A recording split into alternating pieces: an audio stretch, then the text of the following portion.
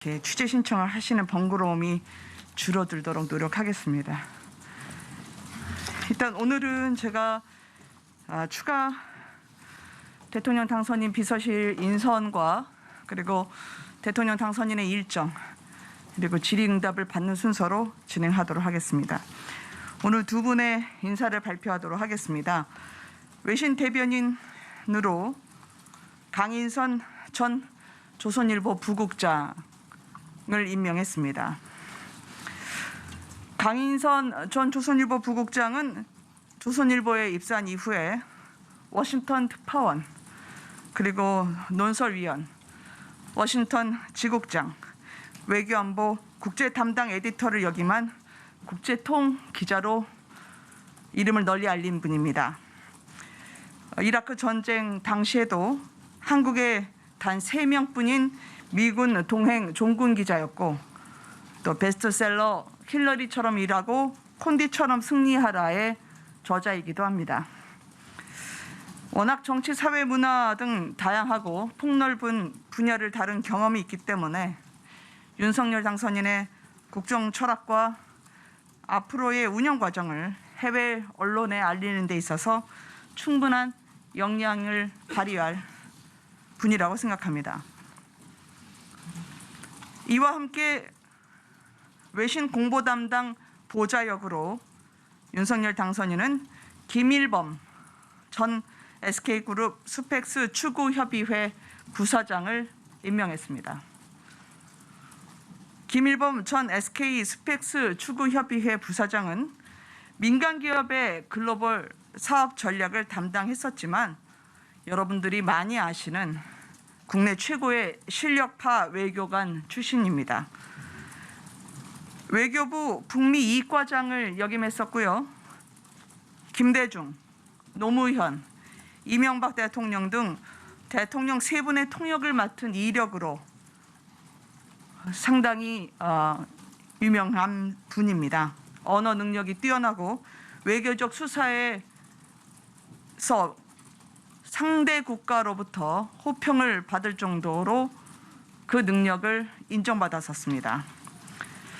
김 전 부사장이 이번에 공보 담당 보좌역으로 해외 언론을 담당하게 될 것입니다.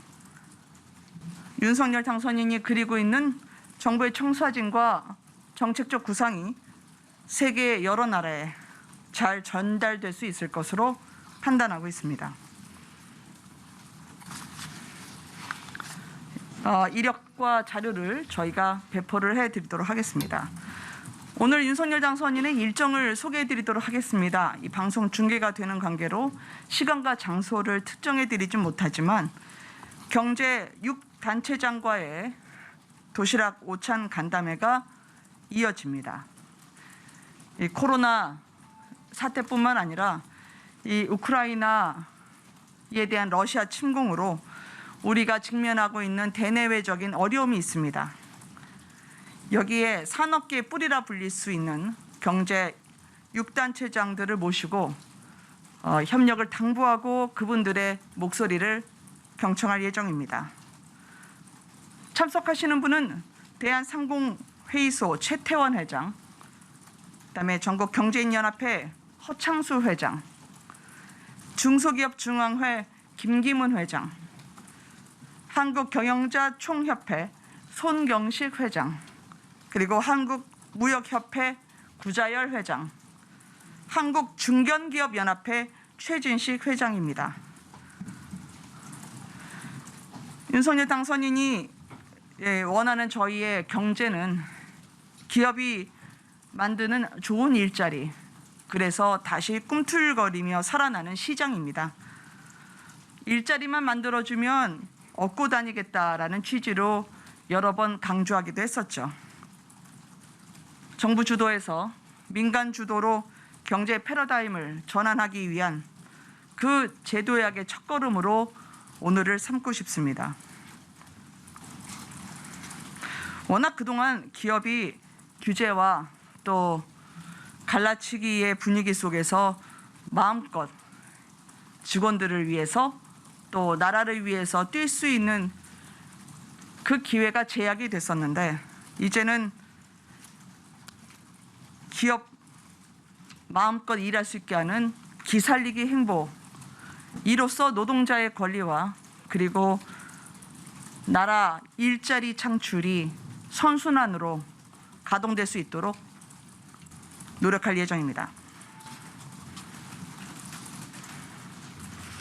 네, 오늘 전해드릴 말씀은 여기까지입니다. 질의응답 받도록 하겠습니다.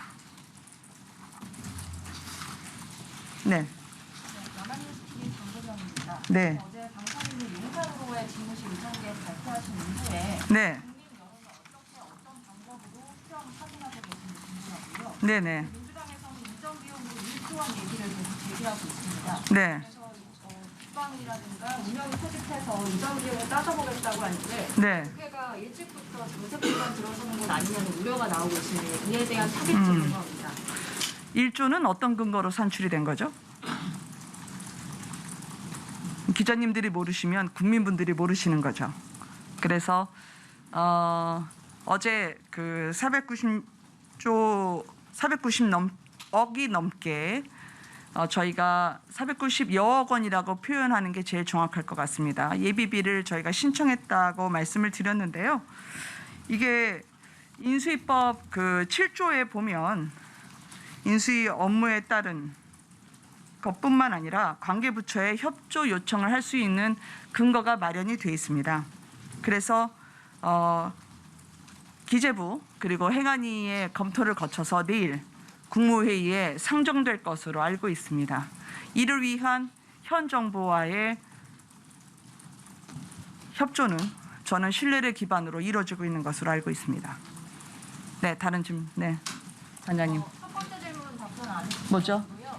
그 이전 죄송해요. 발표 이후에 네네네, 맞아요.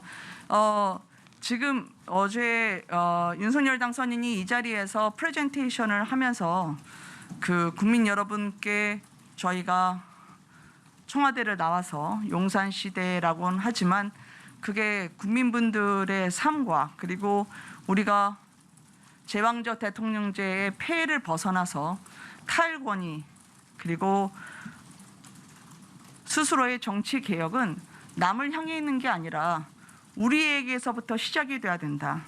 나로부터 개혁은 시작돼야 된다는 그런 취지의 말씀을 드린 바가 있습니다. 그래서 국민 여러분들의 여론을 저희가 각계 갈래에서 들어오는 것을 수렴을 하고 있습니다. 이것은 언론뿐만 아니라 저희 원내 의원들도 그리고 유형 무형의 여러 형태로 의견을 저희가 잘 전달받고 있고요. 또 새기면서 임할 계획입니다. 예, 반장님. YTN의 박 소장입니다. 네. 오늘 장제원 실장님하고 이철희 수석하고 네. 네네. 말씀드리겠습니다. 오늘 장제원 실장님 또 이철희 수석 실무 협상 재개를 하시잖아요. 네네네. 그 자리에서 아마 날짜나 이런 것들이 나올 텐데 네. 그래도 뭐 이번 주 안에는 만나겠다라든지 큰 윤곽이 좀 있을 것 같아요. 그거랑 그리고 그 당장 5월 10일부터 청와대를 개방하시겠다고 했는데 그거는 네. 어쨌든 청와대에서 협조를 해주셔야 되는 문제인데 맞습니다. 어제는 청와대 관계자가 당장 5월 9일 자정까지 일하고 어떻게 5월 10일부터 개방을 하냐 우리 어디로 가라는 소리냐 이런 볼멘 소리도 나왔거든요. 그래서 네네. 그런 부분들 어떻게 될 수 있을지 그 당장 5월 10일부터 개방하는 게 물리적으로는 불가능하다는 얘기도 있으니까 그런 부분도 확인 부탁드리고 어제 또 당선인께서 백불 기자들하고 인사하시면서 세종 2 집무실 내용도 조만간 얘기하시겠다고 했거든요. 맞습니다. 그것도 어느 정도 언제쯤 어느 정도 선으로 얘기하실 건지 말씀해 주시면 좋겠습니다. 제가 답하다가 빠지면 다시 얘기해 주세요. 네. 장제원 비서실장과 이철희 수석과의 만남은 오늘 이뤄질 가능성이 높습니다.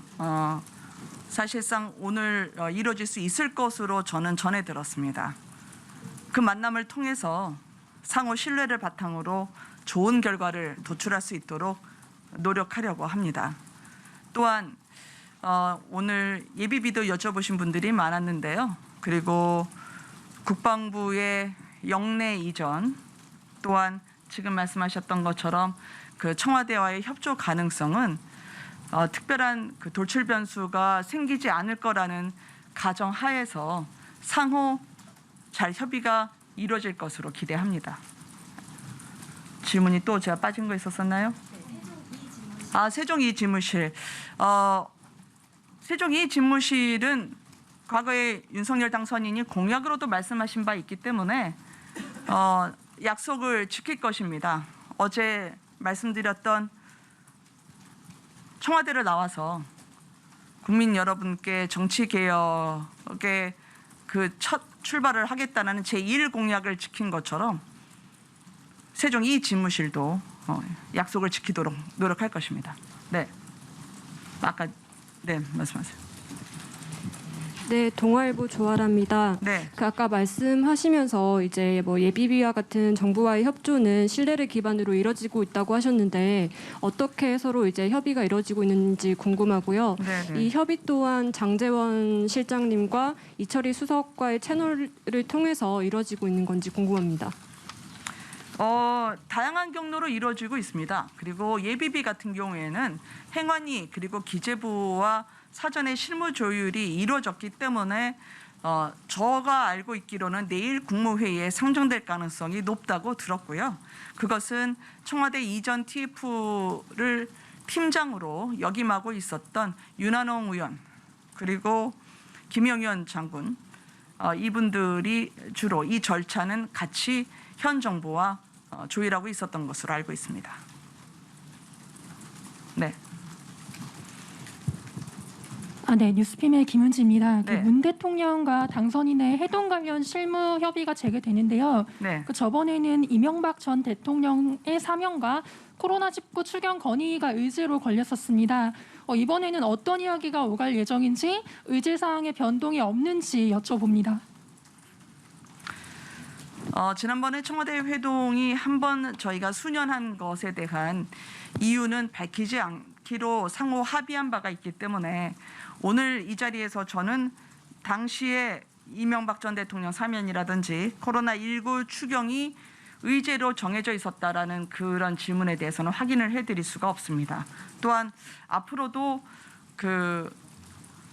문재인 대통령과 윤석열 당선인의 만남이 이루어질 때 어떤 의제가 조율됐다 혹은 의제가 있다라는 그런 설명을 드리고 들어가기는 아마 어렵게 될 것입니다. 네. 네. 네. 어제 네. 윤 당선인께서 네. 용산 청사 부지 얘기하시면서 네네. 벙커 위치나 지하 이동 통로 위치 등을 좀 언급하셨는데 네. 이게 기밀 누설이라는 지적이 있는데 여긴 좀 어떻게 생각하시는지. 제가 보기로는 어제 프레젠테이션 자료에 이 손바닥을 한번 얹어 놓은 것으로 표현되는데 그게 압축된 저희의 전체 조망도에서는 사실상 광활한 잔디밭을 하나 짚은 게 그게 보안시설의 누출이라고 하는 그 주장에 대해서는 저는 동의하지 않습니다. 네. 그리고 B2 벙커는 이미 많은 분들에게 공개가 된 바가 있기도 하고요. 네. 네. 군통수권자가 그렇게 소홀하게 하지 않죠. 예, 말씀해 주시죠. 네, 부산일보 박석호 기자입니다. 네네. 경제 6단체장 오찬 관련해서 아까 네네. 대변인께서 규제와 갈라치기 이런 부분에 대해서 이제 분위기 바꾼다는 취지로 말씀하셨는데 네. 이제 이게 역으로 이제 말씀을 드리면 이제 오히려 이제 반대의 그 갈라치기가 될 수 있는 거 아니냐 경제단체장들과 만나면 그래서 향후에 특히 이제 노동계나 이런 쪽과 회동하거나 간담회가 계획돼 있는지요? 그럼요. 당연히 그 수수는 약간 뭐 기업이 먼저, 노동자 먼저 그런 구분을 저희가 하고 있지 않습니다.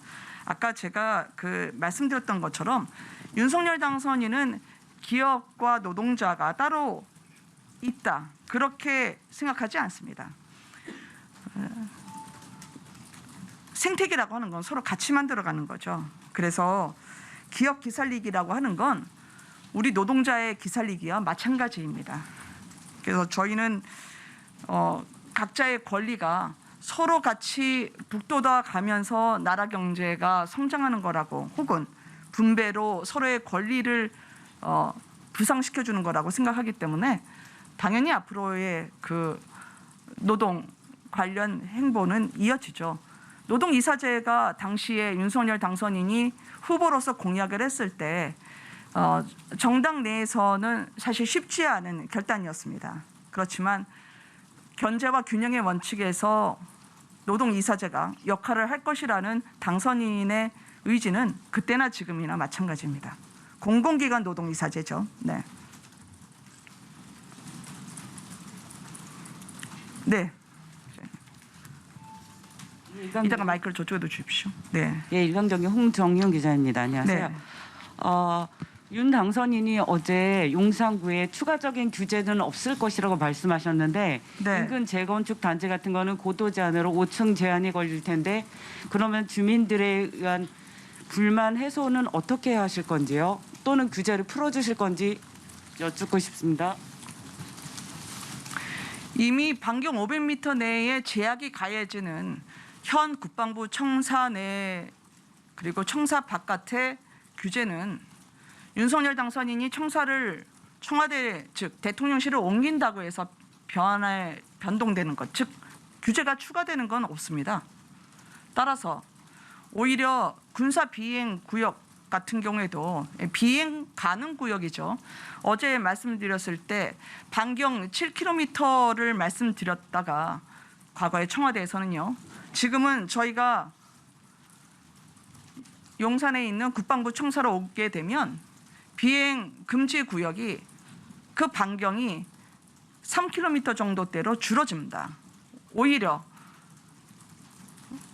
영공에서의 혹은 상공에서의 국민의 자유를 더 터놓고 규제를 추가로 하지 않을 뿐만 아니라 줄이는 데 역점을 두게 되죠. 용산 주민분들도 이 부분에 대해서 익히 어제 당선인의 프레젠테이션 이후에 많은 이해를 해주시고 있다고 생각을 하고요. 또 여기에 머물지 않고 자주 뵙고 또 그분들의 궁금한 부분들을 풀어드릴 수 있도록 노력하겠습니다. 아까 손 들어주셨죠? 네. 일단은 민주당에서도 1조나 이런 것들 나오는 게 이제 네. 그 장기적으로 합참의 남태령 이전이나 대통령 관저 신축과 같은 비용들은 추계되지 않았다 이런 지적들이 있는데요. 네네. 그런 부분들도 예상 비용을 좀 추계해 주실 수 있는지 좀 궁금하고요. 네네. 그리고 이제 청와대가 국방부 이전 논의와 관련해 오늘 NCS를 연다고 하는데요. 요게 또 뭐 NCS를 이런 일로 여는 거는 또 초유의 일이라고 하기 때문에 저희가 또 궁금한 점이 안보 공백 우려가 정말 없는지 이제 그리고 이전 과정에서 군 지휘 통제 시스템 같은 것들이 원활하게 작동될 수 있는지 이런 부분들도 궁금합니다. NCS보다는 NSC로 제가 해석을 해도 되겠죠? 네네네. 네네네.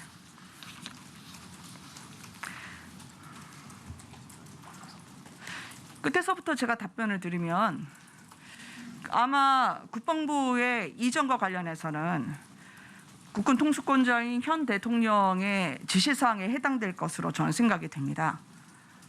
그런데 그 부분에 대한 협조나 기대를 저희가 물론 갖고 있고요.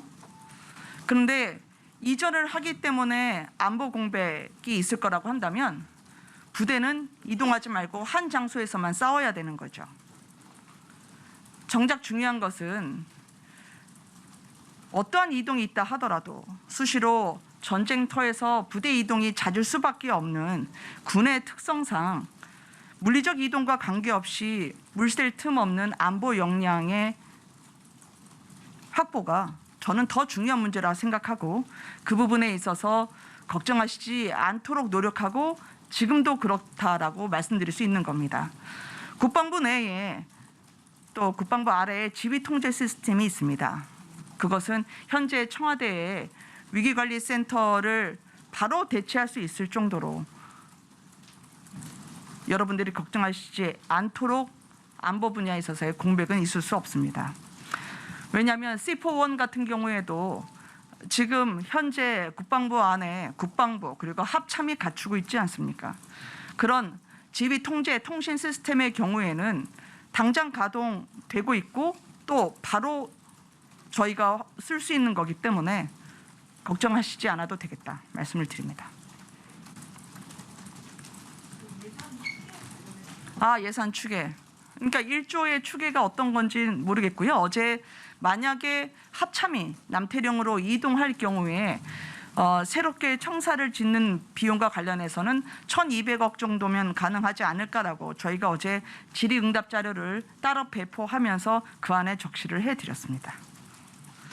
비용과 관련해서는 사실 청와대도 저희가 이제 본관 그 현대사에서의 영역이 녹아들고 그리고 산교육의 장이 될 수 있는 청와대를 공개를 한다면 저는 오히려 그 가치를 같이 논의해도 되지 않을까라는 생각을 합니다. 왜냐하면 말씀드린 대로 대한민국 현대사가 녹아든 역사의 공간이고 또 국민이 함께하는 도심 내 문화 공간이 될 텐데 그 조성된 역사 문화 공간이 주는 가치는 예전에 구청을 지을 때 수천억 원이 들었던 거에 비하면 국민들에게 주는 큰 계기가 될 거라고 저는 생각합니다. 이게 한 항공사 부지를 보니까 청와대 부지의 10분의 1밖에 안 되는데 4천억, 5천억 정도 부지 가격이 있더라고요.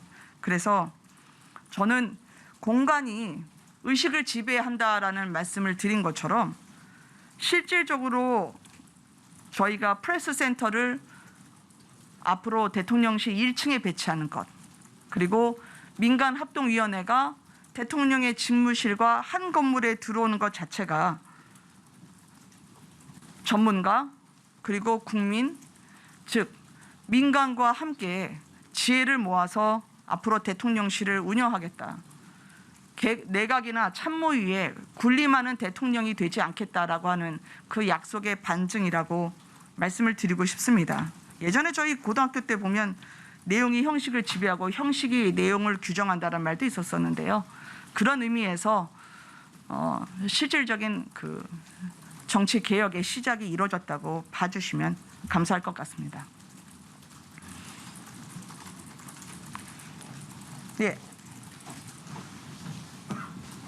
네, 방금 말씀하신 것처럼 이제 청와대가 도심 내 문화 공간이 될 거다 이렇게 말씀을 하셨는데 네, 문화 역사 공간. 예, 네. 앞으로 그럼 청와대는 어떻게 활용하게 되는 건지 뭐 대통령 기록관으로 이용된다는 보도도 있던데요. 네, 네. 구체적으로 어떻게 활용되는 건지 좀 궁금합니다.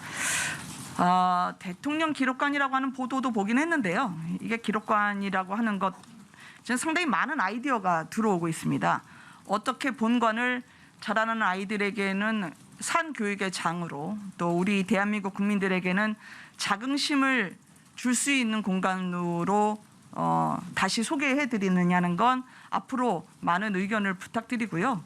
장개서 총통의 옛날에 자동차도 한번 아마 대통령 기록관의 형태로 이제 공개된 걸로 알고 있는데요. 그것이 기록관이든 혹은 기념관이든 혹은 박물관이든 온 국민이 함께 공유하고 새기게 될 장소이기 때문에 그 가치는 상상 이상이 될 것이다. 그 정도로 말씀드리고 싶습니다. 네, 원장님. 네, 네. 네, 하나 더 질문 드리겠습니다. 어제 당선인께서 그 국민 공모 하시겠다고 명칭에 대해서요. 네, 네. 그래서 그거는 언제쯤 어떤 시점에 어떤 형식으로 할 건지도 궁금하거든요. 예, 공모는 오래 기다리시지 않게 조숙하게 저희가 세부 일정을 정해서 말씀드리도록 하겠습니다. 말씀드린 지 아직 주신 지 24시간이 안 지나서 한참 고민하고 있습니다. 이 정도로 해도 되나요? 예. 말씀하시죠. 네. 그 경제 6단체장 모찬 관련해서요. 네네. 그 정경련이 사전에 좀 연락을 둘렀다는 역할을 했다 뭐 이런 네네. 보도도 나왔는데요. 네네. 요 관련해서 뭐 정경련 위상이 회복되는 건지 뭐 이 부분에 대해서 좀 평가들이 엇갈리고 있는데 그 부분 네네네. 말씀 부탁드리고 혹시 이게 아까 말씀하신 뭐 어떤 갈라치기 뭐 이런 부분이랑 연관된 건지 한번 말씀 부탁드리겠습니다. 뭐 갈라치기죠? 그러니까 뭐 기존의 문재인 정부에서 정경련을 좀 기자님들이 그걸 오해를 하실 수 있겠군요. 제가 아까 갈라치기라고 얘기하는 거는 그 경제 단체 간의 갈라치기가 아니라 국민을 부자와 빈자 혹은 가진 자와 못 가진 자 뭐 이렇게 예전에 보면 의사와 간호사까지 이 좁은 땅덩어리에서 저희가 구분이 된 적이 있었죠. 그런 이념과 진영에 따른 그런 국민의 갈라치기 보통 많이 아시는 그 정도를 말씀드린 거였고요. 그런 경제단체 내에서의 갈라치기가 아닙니다. 그리고 그런 건 모든 국민들이 힘들어했던 거죠. 노동자, 기업 불문하고요. 정경련은 저도 기사가 나서 확인을 해봤는데 실무자분들이 연락하는 과정에서 일어난 일이지만 중요한 것은 우리가 경제를 살리는 데 있어서 경제단체의 대소 혹은 경중을 따로 두지 않습니다. 오늘 보면 중견기업연합회에서도 합류를 하시게 됩니다. 앞으로는 경제단체 6개 회장이 오시지만 숫자는 숫자에 불과합니다. 경제를 살리는 데 있어서는 그 밀도나 경중을 따로 가리지 않는다. 그 말씀으로 가름해 드릴 수 있을 것 같습니다. 예, 마지막으로 방 기자님. 네. 뒤에 저기 지역균형발전 김병준 위원장님 오셔서 기다리시게 할까봐 죄송해서요. 네, 마지막으로 네네. 여쭤보세요. 어제 예산은 기재부에서 이렇게 뽑아 주신 거라고 말씀을 하셨는데 그럼 국방부에서는 예산 보고를 따로 안 했나요? 이전 예산 관련해 가지고 얼마가 드는지?